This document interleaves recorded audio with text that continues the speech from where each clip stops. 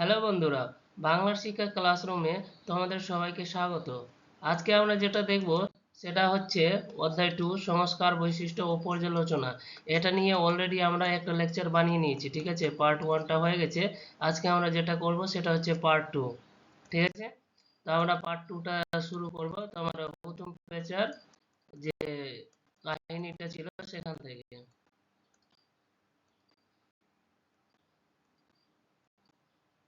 হ্যাঁ, প্রথম পেচার নকশা থেকে, ঠিক আছে? এটা কবে এসেছিল? 1862 সালে। তো আমরা দেখছিলাম 19 শতকের, ঠিক আছে? 19 শতক বলতে তোমাদেরকে কি বুঝিয়েছিলাম? কিছু মনে আছে? যে 1801 থেকে 1899 পর্যন্ত এটাকে আমরা কি বলি? 19 শতক। তো এই 19 শতকের মধ্যে যে সমাজের চিত্র ছিল, যে বাবু কালাচার ও ব্যঙ্গ সাহিত্য, এগুলো নিয়ে যে মানে এখানে তুলে ধরা হয়েছিল ছবিগুলো, সেগুলোকে আজকে আমরা ডিসকাশন করব। রচয়িতা এর কে ছিল? কালীপ্রসন্ন সিংহ, ঠিক আছে? এমসিকিউ এর জন্য মনে রাখবা যে কে ছিল রচয়িতা। তো কালীপ্রসন্ন সিংহ। তার ছদ্মনাম কি ছিল? হুতুম পেঁচা। এবার তোমাদের কোয়েশ্চেনে এমসিকিউ এ আসতেও পারে যে হুতুম পেঁচা কার ছদ্মনাম। তো তোমরা বলতে পারো কালীপ্রসন্ন সিংহ, ঠিক আছে? তো চলো আমরা কালীপ্রসন্ন সিংহ ও হুতুম পেঁচাটা দেখে নিচ্ছি। তো বলছে মহাকাব্যিক মেধা ও দানবীর ব্যক্তিত্ব ছিলেন, ঠিক আছে? তিনি কেমন ছিলেন? দানবীর ব্যক্তিত্ব, ঠিক আছে? গ্রন্থাকার কি বলছে? যে বিশিষ্ট সাহিত্যিক, মহাভারতে প্রথম বাংলা অনুবাদক ও বিদ্বৎ সাহিনী সভার প্রতিষ্ঠাতা কালীপ্রসন্ন সিংহ 1840 থেকে 1870 খ্রিস্টাব্দ পর্যন্ত, ঠিক আছে? তো তিনি সেই সময় কি কি করেছেন? মহাভারতের প্রথম বাংলা অনুবাদ করেছিলেন, ঠিক আছে? যেটা তোমরা মহাভারত দেখছো, মহাভারত, এটাকে তিনি কি করেছিলেন? বাংলাতে অনুবাদ করেছিলেন, ঠিক আছে? এবং বিদ্যুৎ সাহিনী সভারও প্রতিষ্ঠা করেছিলেন। তার ছদ্মনাম দেখে নিলাম, হুতুম পেঁচা, ঠিক আছে? অল্প বয়সে সৃষ্টি, মাত্র 22 বছর বয়সেই তিনি এই অসাধারণ সামাজিক ব্যঙ্গচিত্রটি রচনা করেছিলেন, ঠিক আছে? 22 বছর, বুঝতে পারছো? এখনকার 22 বছরের মানুষ কি করে? তো তিনি সেই সময়ে কি করেছিলেন? সামাজিক ব্যঙ্গচিত্রটি, ধরে নাও আমাদের সমাজ, যে সমাজে কিরকম, মানে একটা সমাজে কিরকম কি চলছে না চলছে সেগুলো নিয়ে যে তিনি গ্রন্থ লিখেছিলেন বা তিনি কোনো কবিতা লিখেছিলেন, ঠিক আছে? যেরকম হুতুম পেঁচা বলে যেটা ছিল, তো সেই ব্যঙ্গচিত্রটি তিনি তুলে ধরেছিলেন, ঠিক আছে? প্রকাশকাল প্রথম ভাগ 1862 খ্রিস্টাব্দে এবং দ্বিতীয় ভাগ সংকলন করেছিলেন 1864 খ্রিস্টাব্দে। বাবু কালচার ও ভণ্ডামির কষাঘাত। নব্যধনী বাবু সমাজ। ইংরেজদের অনুকরণে গড়ে ওঠা কলকাতার নব্যধনী বাবু সমাজের অহেতুক অভিজাত্য প্রদর্শন, মদ্যপান, বেশ্যমন ও অন্ধ পাশ্চাত্য অনুকরণের কঠোর সমালোচনা করা হয়। তো ইংরেজদের সময়ে এই জিনিসটা হচ্ছিল, ঠিক আছে? যে নব্যধনী যারা ছিল, ঠিক আছে? নব্যধনী কি, যারা নতুন নতুন বড় লোক হয়েছে, বাবু সমাজের অহেতুক অভিজাত্য প্রদর্শন, ঠিক আছে? যে ধারণাগুলো দেওয়া হয়, মদ্যপান, যে যারা ড্রিঙ্ক করে, ঠিক আছে? বেশ্য গমন ও অন্ধ পাশ্চাত্য। অন্ধ পাশ্চাত্য বলতে যেরকম রোড দিয়ে যদি কোনো বিড়াল পাস হয়, দেখো, রোড দিয়ে যদি কোনো বিড়াল পাস হয়, তখন কোনো গাড়িওয়ালা ওখানে যদি বলে যে বিড়াল আমার রাস্তাটা কেটে দিয়েছে, তো আমার হতে পারে যে অ্যাক্সিডেন্ট। তো এরকমের কি ছিল? অন্ধ পাশ্চাত্য অনুকরণের এগুলোর খুবই সমালোচনা করা হয়েছিল, ঠিক আছে?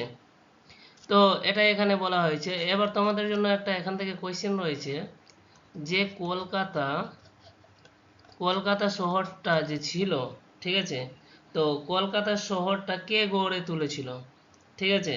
এবার এই যে কলকাতা শহরটি যখন তোলা হয়েছিল তখন কি ছিল? সুলতানটি, গোবিন্দপুর ও কলিকাতা, এই তিনটা যে শহর, এই তিনটা যে গ্রাম ছিল, এই তিনটা গ্রাম মিলিয়ে কলকাতা শহরে কলকাতা শহরটি গড়েছিল। তো যে কলকাতা শহরটি গড়েছিল তার নাম কি আছে? ঠিক আছে, তার নাম হচ্ছে কি? Job Charnock. তো আমাদের উত্তর দিয়ে দিলাম, ঠিক আছে? তো তারপরে দেখে নিচ্ছি আমরা দ্বিমুখী নীতি ও মুখোশ উন্মোচন। তৎকালীন তথাকথিত শিক্ষিত ও সমাজ সংস্কারকদের মুখে এক কথা এবং কাজে অন্য এই দ্বিমুখী নীতি ও ভণ্ডামির মুখোশ সমাজে প্রকাশ করে দেওয়া হয়। ঠিক আছে, এই যে দ্বিমুখী নীতি ছিল, যেরকম আমরা পিছনে দেখলাম ডালহাউসির নীতি কি ছিল, সত্য বিলোপ নীতি। একদিকে তো বলে যে আমরা ঈশ্বরের প্রতিনিধি আছি, ঠিক আছে, আমাদেরকে ঈশ্বর পাঠিয়েছে তো আমাদেরকে সভ্য করার জন্য। ভারতের লোকরা সভ্য ছিল না, ইংরেজরা এসেছিল আমাদেরকে সভ্য করতে, ঠিক আছে। আর ওদের নীতিগুলো দেখো, সত্য বিলোপ নীতি, যার নিজস্ব সন্তান নেই তারা কিন্তু যে ধরে নাও কারো সাম্রাজ্য রয়েছে, তো সেই সাম্রাজ্যতে সে রাজা হতে পারবে না, ঠিক আছে, এরকম একটা নীতি নিয়ে আসছে। তো এগুলোর নীতি কি ছিল, দ্বিমুখী নীতি, ঠিক আছে, দেখাচ্ছে এক করছে এক, ঠিক আছে, এইরকমের। তারপরে কি আছে, উৎসব ও সামাজিক জীবনের খাঁটি চিত্র। কলকাতার উৎসব, কলকাতার চড়ক সংক্রান্তি, দুর্গোৎসব, রথযাত্রা, পৌষ সংক্রান্তি, 30 মাস উদযাপন ও বারোয়ারি পূজার জীবন্ত সামাজিক চিত্রায়িত বিবরণ। যে আমাদের এখানে যে ধরে নাও কলকাতা, কলকাতা শহর তো আমাদের পশ্চিমবাংলার রাজধানী হলো। এবার পশ্চিমবঙ্গের যে রাজধানী আছে, তো সেখানে কি কি ফেস্টিভ্যালস গুলো হতো, দুর্গোৎসব, রথযাত্রা, এগুলো সব তোমরা জানো, পৌষ সংক্রান্তি, ঠিক আছে। তো এগুলোর যে সামাজিক চিত্রগুলো ছিল সেগুলোকে তিনি ফুটিয়ে তুলেছিলেন, ঠিক আছে।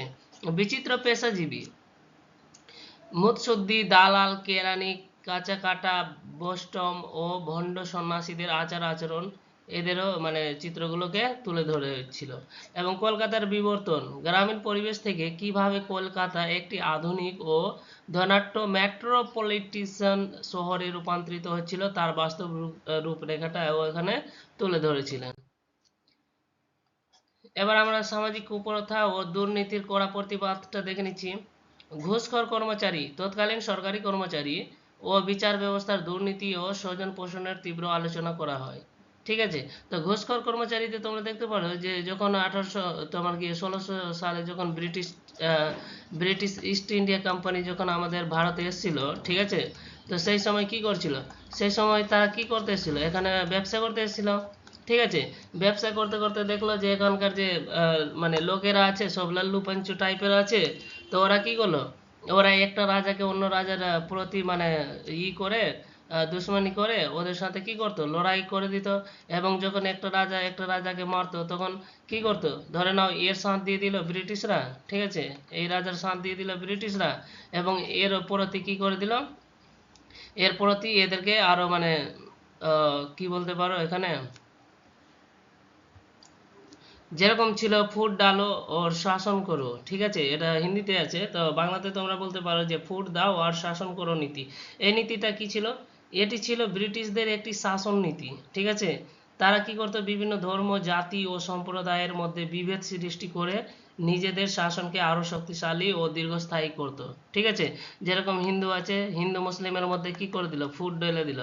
এই জিনিসটা এখনকার যে যারা আছে পলিটিশিয়ানরা, রাজনেতারা, সেম এই জিনিসটা এখন শুরু করেছে ওরা, ঠিক আছে, হিন্দু মুসলিম ফুট ডালো, তারপরে সাম্প্রদায়িকতা, দাঙ্গা, এগুলো এগুলো কাজ শুরু করেছে, ঠিক আছে।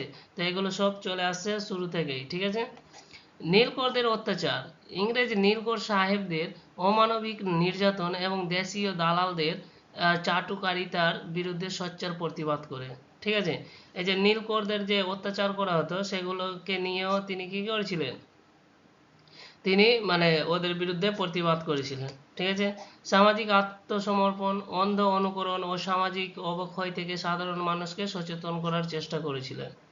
বাস্তবধর্মী পর্যবেক্ষণে যদি দেখো, কোনো কাল্পনিক ঘটনা নয়, এগুলো সব বাস্তবিক, এগুলো কোনো কাল্পনিক ঘটনা নয় না, চোখের সামনে দেখা সমকালীন কলকাতার বাস্তব রূপ প্রকাশ হয়েছিল। তারপরে ভাষার নতুন দিগন্ত, হুতুমি বাংলা, চলতি কথ্য ভাষার প্রথম ব্যবহার। বাংলা সাহিত্যের ইতিহাসে হুতুম পেঁচা নকশাই প্রথম গ্রন্থ যেখানে গম্ভীর্যপূর্ণ তৎসম বা সাধু ভাষা বদলে কলকাতার খাঁটি কথ্য বা চলতি ভাষা হুতুমি বাংলা ব্যবহার করা হয়েছিল, ঠিক আছে।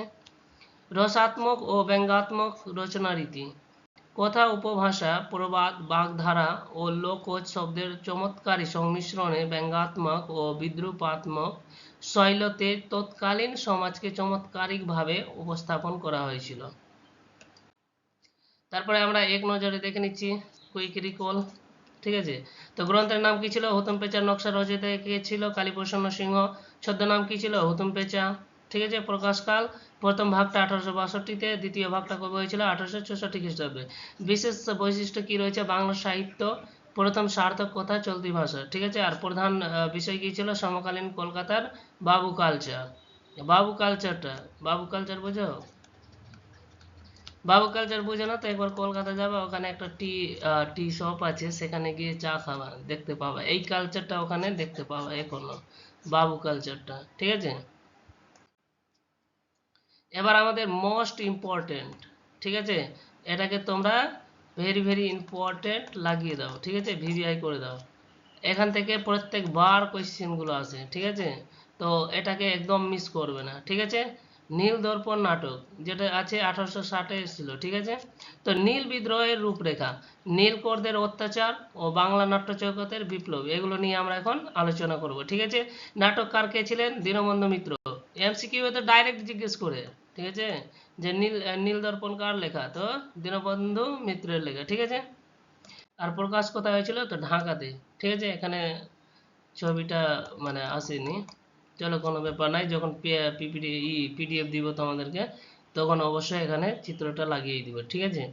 দীনবন্ধু মিত্র ও নীল দর্পণের প্রকাশনা, বাস্তব ধর্মী সামাজিক নাটকের জনক, নাটককার প্রখ্যাত বাঙালি সাহিত্যিক ও ডাক বিভাগের আধিকারিক দীনবন্ধু মিত্র 1830 থেকে 1873 পর্যন্ত। ঠিক আছে, তিনি কে ছিলেন? দীনবন্ধু মিত্র একজন নাটককার ছিলেন। প্রকাশ কাল ও স্থান ছিল 1860 খ্রিস্টাব্দে। কোথায়? পূর্ববঙ্গের ঢাকা। ঠিক আছে, পূর্ববঙ্গ বুঝো? পূর্ববঙ্গ, ঢাকা কোথায় আছে? ঢাকা আছে আমাদের বাংলাদেশে। ওই যে বাঙ্গাল বিভাজনটা হয়েছিল না, হুম, একদিকে পূর্ব বাঙ্গাল আর একদিকে পশ্চিম বাঙ্গাল, সেই থেকেই পশ্চিম বাঙ্গাল আমাদের রাজ্যের নাম পশ্চিম বাঙ্গাল আছে। কখনো ভেবে দেখেছো যে আমাদেরকে পশ্চিম বাঙ্গাল বলা হয় কেন আমাদের রাজ্যকে?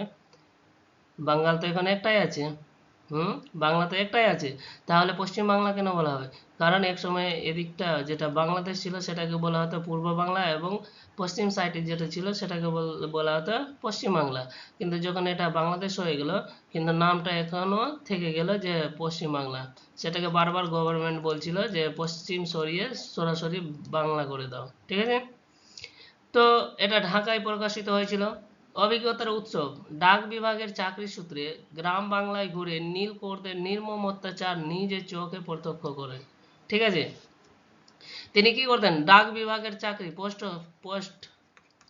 পোস্টম্যান, এই যে তোমার যে মানে পোস্ট অফিস থেকে যে তোমাদের কাগজপত্র আসে না দেওয়ার জন্য, ঠিক আছে, পোস্টম্যান না, তো সেইগুলো চাকরি তিনি করেছিলেন। তো গ্রাম বাংলায় ঘুরতেন এবং তিনি দেখতেন নিজের চোখেই। ঠিক আছে। ছদ্মনাম তার কি ছিল? তো ছদ্মনাম প্রকাশকালে কোনো লেখকের নাম ছিল না, এটি অত্যন্ত গোপনে মুদ্রিত হয়েছিল। ঠিক আছে। মূল বিষয়বস্তু অনিল করদের অত্যাচার, গোলক বসু পরিবারের ট্রেজডি। ঠিক আছে, একটা পরিবার আছে গোলক বসু পরিবারের, ট্রেজডিটা মানে বলে দিচ্ছি যে কি রকম অত্যাচার করা হতো। তো নদিয়ার সাধু প্রধান গৃহস্থ গোলক বসু, তার দুই পুত্র নবীন মাধব, ঠিক আছে, একটা নবীন মাধব আর একটা হচ্ছে বিন্দু মাধব, এবং অন্তঃসত্ত্বা বধূ ক্ষেত্রমণিকে কেন্দ্র করে নীলকরদের অমানসিক অত্যাচারের মর্মান্তিক বিবরণ চিত্রিত হয়েছে। ঠিক আছে, তিনি যে মানে একটা ফ্যামিলির যে মানে ট্র্যাজেডিটা তুলে ধরেছেন যে কিভাবে নীলকররা মানে যে অত্যাচার করতো। ঠিক আছে। তো জোরপূর্বক নীল চাষ ও লুণ্ঠন, জোরপূর্বক কি করতো? নীল চাষ করানো হতো। অনেক সময় তারা নিজের আঙ্গুলি কেটে নিত, যে আঙ্গুলি থাকবে না তো কিভাবে আমরা নীল চাষ করব। ঠিক আছে। তো দাদন নিতে অস্বীকার করায়, দাদন তোমাদেরকে এর আগেও বুঝিয়েছি, দাদন কি আছে? দাদন লাইকে কন্ট্রাক্ট। ঠিক আছে, দাদন লাইকে কন্ট্রাক্ট। তো কন্ট্রাক্টে তো মানে অনেক ভালো শব্দ আছে কন্ট্রাক্টটা এখনকার সন্দর্ভে, কিন্তু দাদনটা কিন্তু অনেক মানে যে অত্যাচারী মানে রকমের ছিল। ঠিক আছে, যেরকম কন্ট্রাক্ট হয়ে গেল যে 3 মাসের জন্য, 3 মাসে তোমাকে ধরে নাও 3000 টাকা স্যালারি দেওয়া হবে। ঠিক আছে, তখনকার হিসেবে বলছি যে 3 মাসে ধরে নাও 3000 টাকা স্যালারি দেওয়া হবে। এবার এই 3 মাসে ও কারোর সাথে মিশতে পারবে না। ঠিক আছে, হতে পারে যে একে সেপারেটও কোনো জায়গায় রেখে দিল, 3 মাসে হয়তো এক বেলা খাবার মাত্র দিচ্ছে। ঠিক আছে, বা 8 ঘন্টা কাজের জায়গাতে ওকে 12 ঘন্টা, 14 ঘন্টা, 20 ঘন্টা, 24 ঘন্টা লাগিয়ে রেখে দিয়েছে। বুঝতে পারলে? তো এই রকমের সিস্টেমটা ছিল দাদন, ঠিক আছে। তো এরা যখন দাদন নিতে অস্বীকার করায় কৃষকদের জমি দখল করে নিত। তো কৃষকদের কি করতো, জমিগুলো দখল করে নিত। নীলকুঠিতে বন্দি রেখে প্রহার, ঘর বাড়িতে আগুন দেওয়া ও নারীদের ওপর অত্যাচারের চরম ছবি সমাজ সমক্ষে তুলে ধরা হয়েছিল, ঠিক আছে। ইংরেজি অনুবাদ জেমস লং এর বিচার, মধুসূদনের অনুবাদ মাইকেল মধুসূদন দত্ত এর নেটিভ ছদ্মনামে নাটকটি নীল দর্পণ और দ্য ইন্ডিগো প্লান্টিং মিরর নামে ইংরেজিতে অনুবাদ করেন, ঠিক আছে। এমসিকিউ এর জন্য ইম্পর্টেন্ট আছে, মনে রাখবা। রেভারেন্ড জেমস লং, খ্রিস্টান মিশনারি জেমস লং সাহেবের নামে অনুবাদটি প্রকাশিত হলে নীলকররা আদালতে মানহানির মামলা করে, ঠিক আছে। আদালত কার ছিল? ইংরেজদের। ভাবো এবার কতটা তোমাকে ন্যায় পাওয়া যাবে ওখান থেকে। কালীপ্রসন্ন সিংহের অবদান, আদালত জেমস লংকে 1000 টাকা জরিমানা ও 1 মাসের কারাদণ্ড দিলে দানবীর কালীপ্রসন্ন সিংই ওর জামানতটা করেছিল, ঠিক আছে। টাকাটা তিনি দিয়েছিলেন, এই জন্যই ওকে কি বলা হয়, দানবীর। নীল বিদ্রোহ ও ঐতিহাসিক প্রভাব, বাংলার অ্যাঙ্কেল টমস ক্যাবিন এর দ্বারা এটা মানে প্রকাশিত করা হয়েছে। এখানে চিত্রটা দেখতে পাচ্ছ, তখনকার সমাজের সামাজিক চিত্রটি রয়েছে, ঠিক আছে। গায়ে তো জামা পর্যন্ত এদের ছিল না। আমেরিকায় কৃতদাস প্রথার বিরুদ্ধে অ্যাঙ্কেল টমস কেবিন গ্রন্থটি যেমন আলোড়ন তুলেছিল, তেমনি নীল দর্পণ নাটকটি নীল বিদ্রোহের 1859 থেকে 60 অনুঘটক হিসেবে কাজ করেছিল। এখান থেকেও এমসিকিউ তৈরি হতে পারে, ঠিক আছে। যে নীল দর্পণ যে নাটকটি ছিল সেটা কার সাথে মানে তুলনা করা হয়েছে, ঠিক আছে। তো আমেরিকার কৃতদাস প্রথার এই নাটকের প্রভাবে ইংল্যান্ডের পার্লামেন্টেও তোলপাড় সৃষ্টি হয় এবং ব্রিটিশ সরকার 1860 সালে নীল কমিশন ইন্ডিগো কমিশন গঠন করতে বাধ্য হয়েছিল। তো এর আগেও তোমরা দেখলা যে কি হয়েছিল, এর আগেও যে আমরা যখন সংবাদ কৌমুদিটা দেখছিলাম সেখানে এরকমের হয়েছিল। তারাও যখন মানে বারবার করে কি করছিল, মানে পত্রিকাগুলো ছাপা হতো, তো সেখান থেকে ওরা এই মানে যখন ইংরেজদের আর কোনো মানে বাঁচার কোনো উপায় ছিল না, তখন কি বসেছিল, তো নীল কমিশন বসেছিল, মানে ওদেরকে বাধ্য করে দিত, ঠিক আছে, এগুলো প্রকাশ করে করে। পেশাদার নাট্যমঞ্চে নীল দর্পণ প্রথম বাণিজ্যিকভাবে মঞ্চস্থ 1872 খ্রিস্টাব্দে 7ই ডিসেম্বর কলকাতার ন্যাশনাল থিয়েটার। এবার দেখো যে নীল দর্পণের কোথায় কোথায় হয়েছিল, এবার থিয়েটার পর্যন্ত পৌঁছে গেছে, ঠিক আছে। থিয়েটার যেটাতে তোমরা যাও সিনেমা দেখতে, বা একটা ন্যাশনাল থিয়েটার হয় যেখানে অভিনয় করে দেখায় ডাইরেক্টলি, ঠিক আছে। যেরকম যেরকম গান বাজনা হয়, যেরকম আলকাপ গান হয় না, ওই রকমের থিয়েটার হয়, ঠিক আছে। তো ন্যাশনাল থিয়েটারে এগুলো মানে যে যে মানে নীলকররা মানে নীলকর চাষিদের বিরুদ্ধে যেরকম ওরা অত্যাচার করছিল, সেই সেই জিনিসগুলোকে তারা মানে যেরকম ভাবে অত্যাচার করছে সেরকম ভাবে মানে ওরা অভিনয় করে দেখাচ্ছে। তাতে ভাবো যদি ওখানে কোনো ইংরেজও এসে থাকে ওই থিয়েটার দেখতে, ঠিক আছে, অভিনয় দেখতে, তাহলে ওদেরকে কেমন লাগবে, মানে ভিতর থেকে অনেক মানে রেগে থাকবে, বা ওদেরকে ভালো লাগবে না, ঠিক আছে। তো সেই জন্যই ওই অভিনয়গুলো করা হতো, ঠিক আছে। দর্শকদের উন্মাদনা, অভিনয় উড সাহেবের চরিত্র দেখে ঈশ্বরচন্দ্র বিদ্যাসাগর, এই যে ঈশ্বরচন্দ্র বিদ্যাসাগর ছিলেন, তিনি কি করেছিলেন, তিনি জুতো ছুঁড়ে মেরেছিলেন, ঠিক আছে, বসে জুতো ছুঁড়ে মেরেছিলেন বলে পরিচালিত রয়েছে, ঠিক আছে। বঙ্কিমচন্দ্রের মন্তব্য, বঙ্কিমচন্দ্র চট্টোপাধ্যায় এই নাটকটিকে শেক্সপিয়র, ম্যাকবেথ ও ওথেলো মতো কালজয়ী সৃষ্টির সাথে তুলনা করেছিলেন। শেক্সপিয়র কে আছেন? শেক্সপিয়র ইংলিশ ইংলিশ যে ইগুলো আছে মহাকাব্যগুলো, ঠিক আছে, যেরকম রবীন্দ্রনাথ ঠাকুর আছেন যিনি বাংলাতে লিখেন, ওরকম শেক্সপিয়র আছেন যিনি ইংলিশে লিখেন, ঠিক আছে। তো ওই রকম শেক্সপিয়র আছেন। তো বঙ্কিমচন্দ্র চট্টোপাধ্যায় এই নাটকটিকে শেক্সপিয়রের ম্যাকবেথ, ঠিক আছে। তো এখান থেকেও এমসিকিউ হতে পারে, ঠিক আছে, যে শেক্সপিয়রের কোন নাটকটির সাথে তুলনা করেছে, ঠিক আছে। তো ম্যাকবেথ মনে রাখবা। এক নজরে দেখে নিচ্ছি আমরা, নাটকের নাম কি ছিল, নীল দর্পণ। নাটককার কে ছিল? দীনবন্ধু মিত্র। ইংরেজি অনুবাদক Michael Madhusudan Dutta, a native ছদ্মনামে ছিল। ইংরেজি প্রকাশক কে ছিলেন? Reverend James long. প্রধান চরিত্র সমূহ কে ছিল? গোলক বসু, নবীন মাধব, ক্ষেত্রমণি, তরফ, উড ও রোগান সাহেব। ঐতিহাসিক উপাধি কি ছিল বাংলার অ্যাঙ্কেল টমাস কেভিন। এবার লাস্ট আমাদের রয়েছে গ্রাম বার্তা, ঠিক আছে, সেটা দেখে নিচ্ছি আমরা। তো সূচনা সম্পাদক ও প্রকাশনাটা দেখে নিচ্ছি। তো গ্রামীণ সাংবাদিকতার অন্যান্য পথিকৃৎ প্রকাশকাল ছিল তোমার 1863 খ্রিস্টাব্দে এপ্রিল মাসের নদিয়া জেলার কুমারখালী গ্রাম থেকে প্রথম প্রকাশিত হয়, ঠিক আছে, কুমারখালী গ্রাম থেকে, এটা নদিয়া জেলা। এবার সম্পাদক হচ্ছে সাধক ও প্রখ্যাত সাহিত্যিক হরিনাথ মজুমদার, একে কাঙাল হরিনাথও বলা হয়, ঠিক আছে। সম্পাদকের নাম মনে রাখবা, হরিনাথ মজুমদার।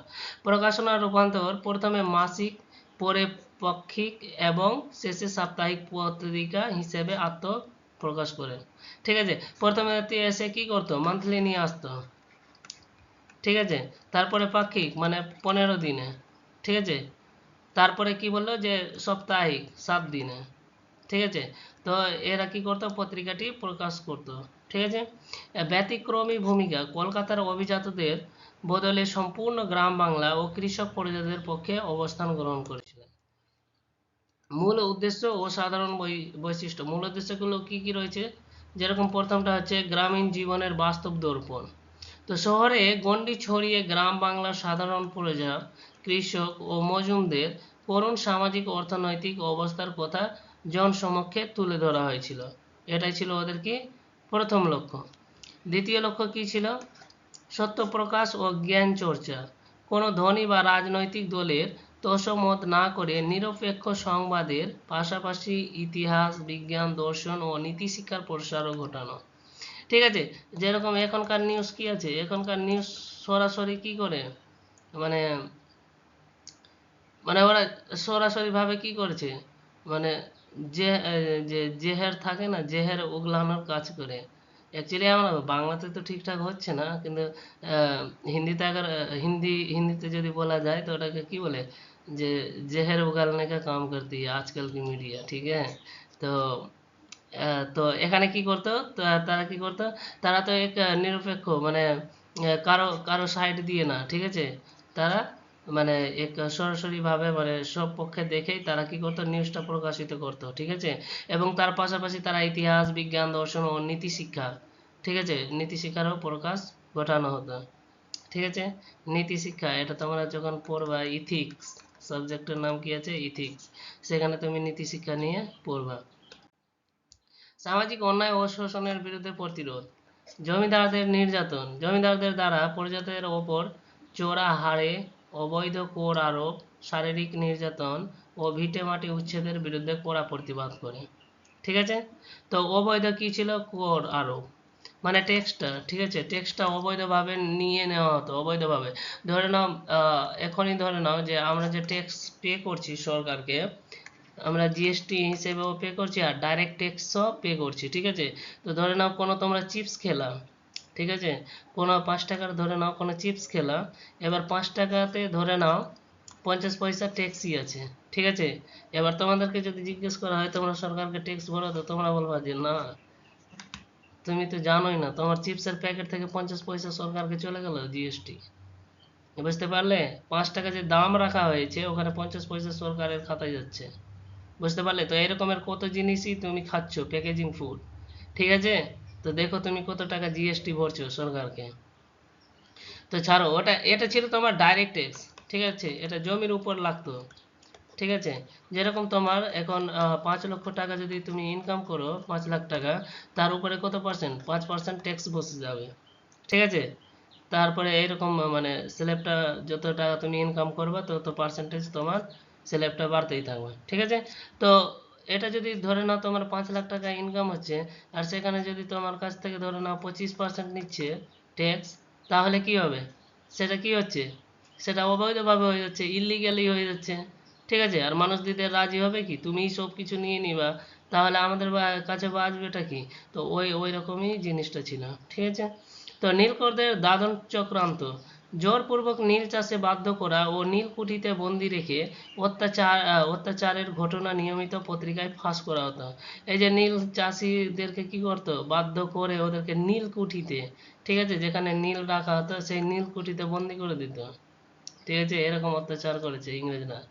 মহাজনী শোষণ, মহাজনী শোষণ বলতে যে এই যে মহাজনগুলো হয় না, তোমাকে 1000 টাকা দিল, যাও গিয়ে তোমরা জমিতে চাষ করো, ঠিক আছে। জমিতে চাষ করছে, এক সময় যখন এদের ফসলটা ফলে যাবে, এক তো ওরা মানে জীবনভর কি করে, মানে বছর বছর ভর কি করে ওরা, বছর ভর মানে দুনিয়ার হার্ড ওয়ার্ক করে ওরা কি করে, যে মানে নিজের ফসলগুলোকে ভালো ফলানোর চেষ্টা করে, যে 2 টাকা ইনকাম হবে, ঠিক আছে। এখানে ধরে নাও 1000 টাকা কারো কাছ থেকে মানে ইয়ের থেকে মহাজনদের কাছ থেকে এখান থেকে টাকা নিল, ঠিক আছে। এবার কি করছে এই মহাজন, এরা তো লেখাপড়া না, এই 1000কে 5000 করে দিত, 3000 করে দিত, 2000 করে দিত, ঠিক আছে। এবং এইভাবে তাদেরকে কি করাতো, শোষণ করাতো। তো দরিদ্র কৃষকদের সুদের জালে পিষে ফেলা মহাজনদের শোষণের বিরুদ্ধে কাঙ্গাল হরিনাথ তার লেখনীতে হাতিয়ার করেন। এই রকমের কাণ্ড ওরা করতো মহাজনরা, ঠিক আছে। পিঁড়ির পর পিঁড়ি, এক পিঁড়ি, 2 পিঁড়ি, 3 পিঁড়ি, পিঁড়ি পিঁড়ি চলতেই থাকতো ওদের, মানে তোমার গিয়ে সুদের জালটা মানে শেষই হতো না, ঠিক আছে। কিভাবে হবে সুদের জাল, তুমি 1000 নিচ্ছ সেখানে 5000 করে দিচ্ছে, 3000 করে দিচ্ছে। কৃষকরা তো পড়াশোনা নয়, ঠিক আছে। তো এরা দিতে দিতে দিতে দিতে শেষ হয়ে যেত, বুঝতে পারলে। এক সময় গোলামীর জঞ্জিরে মানে ওরা আক্রান্ত হয়ে যেত। প্রশাসন বিচার ব্যবস্থার সমালোচনা, প্রজার স্বার্থ ও বিদ্রোহের সমর্থন, অসাধু পুলিশ ও স্থানীয় আদালতের দুর্নীতির খবর প্রকাশ করে দরিদ্র প্রজা সুরক্ষায় কড়া ব্রিটিশ আইন প্রণয়নের আবেদন জানানো হতো, ঠিক আছে। তো এই যে অসাধু পুলিশরা, যেরকম অসাধু কেন বলা হয়েছে, যে না পুলিশরা, পুলিশরা কোনোদিন সাধু হতেই পারবে না, ঠিক আছে। তো আমাদের মনে যখন পুলিশ শব্দটা আসে, তোমরাই মনে করো যে পুলিশ, পুলিশ বলার আগে তো আমাদের মাইন্ডে কি আসছে, যে কি আছে, লাইকে গুন্ডা, ঠিক আছে, লাইকে গুন্ডা, গুন্ডার ছবিটা শুরু হবে, ঠিক আছে। আর না হলে ঘুষখোর, এগুলোই তোমার মনে আসবে, ঠিক আছে, যে এরা কি আছে, ঘুষখোর আছে। তো এই ঘুষখোর পুলিশগুলো, অসাধু পুলিশ ও স্থানীয় আদালতের দুর্নীতির খবর প্রকাশ করে দরিদ্র প্রজা সুরক্ষায় কড়া ব্রিটিশ আইন প্রণয়নে আবেদন জানানো হতো। তারপরে বলা হয়েছে 1873 সালের পাবনা কৃষক বিদ্রোহে এটি প্রকাশ্য কৃষকদের সমর্থন জানায় এবং প্রজা সুরক্ষার নতুন আইন পাসের দাবি তোলে। আর্থিক বাধা ও কাঙ্গাল প্রেস গঠন, ঠিক আছে, কাঙ্গাল প্রেস গঠন। তো অর্থ সংকট ও প্রতিকূলতা, জমিদার ও ধনীদের অত্যাচারে উন্মোচন করার কারণে কোনো জমিদারের আর্থিক সহায়তা মেলেনি, চরম দরিদ্র ও ঋণগ্রস্ত হয়েও কাঙ্গাল হরিনাথ পত্রিকা চালান, ঠিক আছে। যে প্রেস চালানো, তো প্রেসের একটা মেনটেনেন্স তো খরচা আছে, ঠিক আছে। কোনো জিনিস তুমি প্রিন্ট করবে তো এরকম তো হয়ে যাবে না। কাঙ্গাল হয়েও সে কি করেছিল, সে প্রেসটা চালিয়েছিল, ঠিক আছে। যখন তার কাছে মানে অভাবের সময় ছিল তখনও করেছিল, এবং তিনি ঋণ নিয়েও ওই প্রেসটাকে চালিয়েছিল, ঠিক আছে। কাঙ্গাল প্রেস প্রতিষ্ঠা 1884-তে বন্ধ হয়ে গেছিল, 1884 সালে কি হলো, লাস্টে বন্ধ হয়ে গেল, ঠিক আছে। তো অন্যান্য ছাপাখানা ও সহযোগিতার অক্ষয় কুমার মৈত্রেয় দেব সাহায্যে কুমারখালীতে নিজস্ব কাঙ্গাল প্রেস স্থাপন করেন। দীর্ঘ 21 বছর পর সেটা কিন্তু বন্ধ হয়ে যায়, ঠিক আছে। এবার এখানে তোমরা এক নজরে দেখে নাও কুইক রিকলের জন্য। পত্রিকার নাম কি ছিল, গ্রাম বার্তা প্রকাশিতা, প্রথম প্রকাশকাল 1863 খ্রিস্টাব্দে, সম্পাদক কে ছিল, হরিনাথ মজুমদার। প্রকাশনার স্থান কে ছিল, কুমারখালী, গ্রাম নদিয়া। নিজস্ব ছাপাখানা কি ছিল, কাঙ্গাল প্রেস। ঐতিহাসিক গুরুত্ব, ভারতের প্রথম সার্থক গ্রামীণ সাংবাদিকতা এর সূচনা, ঠিক আছে। প্রকাশনা বন্ধের সাল 1884 খ্রিস্টাব্দে, 21 বছর বয়সে মানে 21 বছর পর কি হয়েছিল, বন্ধ হয়ে গেছিল, ঠিক আছে। এবারে এখান থেকে যখন গ্রাম বার্তা প্রকাশিত থেকে যদি তোমাদের ডেসক্রিপটিভ মানে কোয়েশ্চেন জিজ্ঞেস করে, যে বড় কোয়েশ্চেন, তো এগুলো সেখানে লিখতে পারো, ঠিক আছে। তোমাদেরকে শিখিয়েছিলাম না যে ইন্ট্রোতে কি লিখবা, ভূমিকাতে, এগুলো তোমাদেরকে শিখিয়েছিলাম কি করে উত্তরটা লিখবা, ঠিক আছে, ভালো নম্বর পাওয়ার জন্য। তো তোমরা ভিডিওগুলো গিয়ে দেখো, পিছনে সব করানো আছে, ঠিক আছে। তো আজকের লেকচার আমাদের এই পর্যন্তই ছিল। তো এই ক্লাসটি তোমাদের কেমন লেগেছে অবশ্যই তোমরা ফিডব্যাক দিয়ে কিন্তু জানাবে, ঠিক আছে। আর যদি ভালো লেগে থাকে তো লাইক করবা, এবং নিজেদের যে বন্ধুরা আছে তাদের সাথে অবশ্যই শেয়ার করবা, এবং তাদেরকেও সাবস্ক্রাইব করতে বলবা। এবং আশেপাশে যারা জানে না যে এখানে ফ্রি অফ কস্ট পড়ানো হচ্ছে, তো তাদেরকেও একটু শেয়ার করে দিবা, যাতে তারা পড়তে পারে, ঠিক আছে। অনেকজনের কাছে এমন থাকে যে টিউশন ফি পে করার জন্য টাকা থাকে না, ঠিক আছে। তো তাদেরকে অবশ্যই তোমরা লেকচারটা শেয়ার করে দিও, ঠিক আছে। তো চলো, থ্যাংক ইউ সো মাচ, জয় হিন্দ।